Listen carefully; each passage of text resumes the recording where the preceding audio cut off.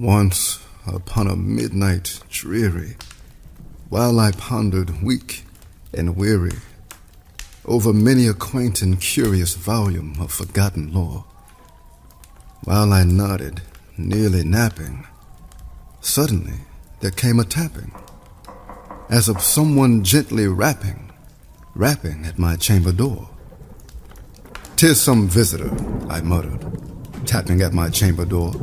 "Only this and nothing more." Distinctly I remember it was in the bleak December, and each separate dying ember wrought its ghost upon the floor. Eagerly I wished the morrow. Vainly I had sought to borrow from my books surcease of sorrow, sorrow for the lost Lenore, for the rare and radiant maiden whom the angels name Lenore, nameless here forevermore. And the silken, sad, uncertain rustling of each purple curtain thrilled me, filled me with fantastic terrors never felt before, so that now, to still the beating of my heart, I stood repeating, "'Tis some visitor entreating entrance at my chamber door. Some late visitor entreating entrance at my chamber door. This it is, and nothing more." Presently, my soul grew stronger, hesitating then no longer. "Sir," said I, "or madam, truly your forgiveness I implore. But the fact is I was napping, and so gently you came rapping, and so faintly you came tapping at my chamber door, that I scarce was sure I heard you. Here I opened wide the door. Darkness there, and nothing more. Deep into that darkness peering, long I stood there, wondering, fearing, doubting, dreaming dreams no mortal ever dared to dream before. But the silence was unbroken, and the only word there spoken was the whispered word, 'Lenore?' This I whispered, and an echo murmured back the word, 'Lenore.' Merely this, and nothing more. Back into the chamber turning, all my soul within me burning, soon again I heard a tapping somewhat louder than before. "Surely," said I, "surely that is something at my window lattice. Let me see then where thereat is, and this mystery explore. Let my heart be still a moment, and this mystery explore. 'Tis the wind, and nothing more."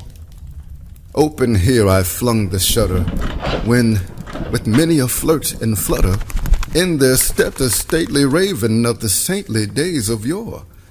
Not the least obeisance made he, not a minute stopped or stayed he, but with mien of lord or lady perched above my chamber door, perched upon a bust of Pallas just above my chamber door, perched and set, and nothing more. Then this ebony bird beguiling my sad fancy into smiling, by the grave and stern decorum of the countenance it wore, "Though thy crest be shorn and shaven, thou," I said, "art sure no craven, ghastly, grim, and ancient raven wandering from the nightly shore. Tell me what thy lordly name is on this night's Plutonian shore." Quoth the raven, "Nevermore." Much I marveled this ungainly fowl to hear discourse so plainly, though its answer little meaning, little relevancy bore, for we cannot help agreeing that no living human being ever yet was blessed with seeing bird above his chamber door, bird or beast upon the sculptured bust above his chamber door, with such name as Nevermore.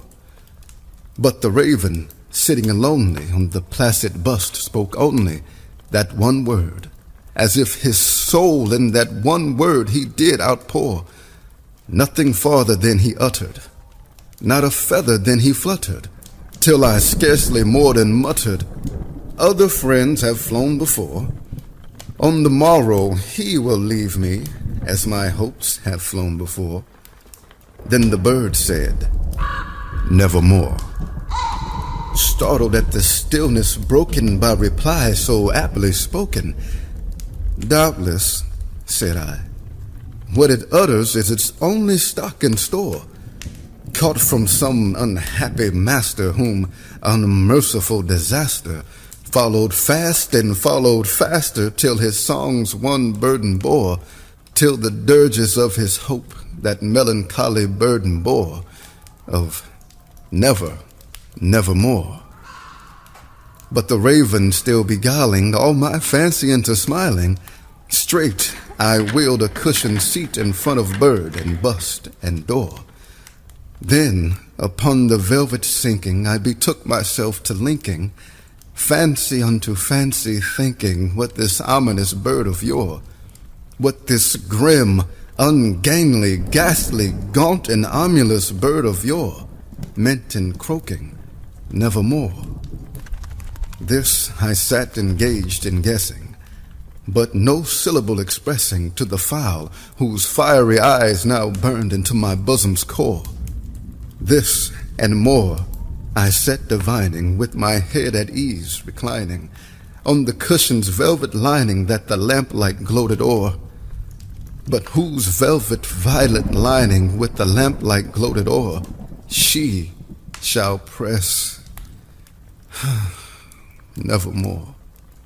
Then, methought, the air grew denser, perfumed from an unseen censer, swum by seraphim whose footfalls tinkled on the tufted floor. Wretch, I cried, thy God hath lent thee, by these angels hath sent thee, respite, respite and nepent thee from thy memories of Lenore. Quaff, oh quaff this kind nepenthe and forget this lost Lenore. Quoth the raven, nevermore. Prophet, said I, thing of evil, prophet still if bird or devil, whether tempter sent or whether tempest tossed thee here ashore, desolate yet all undaunted, on this desert land enchanted, on this home by horror haunted, tell me truly, I implore, is there balm in Gilead? Tell me, I implore. Quoth the raven, nevermore. Prophet, said I, thing of evil, prophet still if bird or devil, by that heaven that bends above us, by that God we both adore, tell this soul with sorrow laden, if within the distant Aidenn I shall clasp a sainted maiden, whom the angels name Lenore. Clasp a rare and radiant maiden, whom the angels name Lenore. Quoth the raven, nevermore. Be that our sign of parting, bird or fiend, I shrieked, upstarting, get thee back into the tempest and the night's Plutonian shore. Leave no black plume as a token of that lie thy soul hath spoken. Leave my loneliness unbroken. Quit the bust above my door. Take thy beak from out my heart, and take thy form from off my door. Quoth the raven, nevermore. And the raven, never flitting, still is sitting on the pallid bust of Pallas just above my chamber door, and his eyes have all the seeming of a demon's that is dreaming, and the lamplight o'er him streaming throws his shadow on the floor, and my soul from out that shadow that lies floating on the floor shall be lifted never more.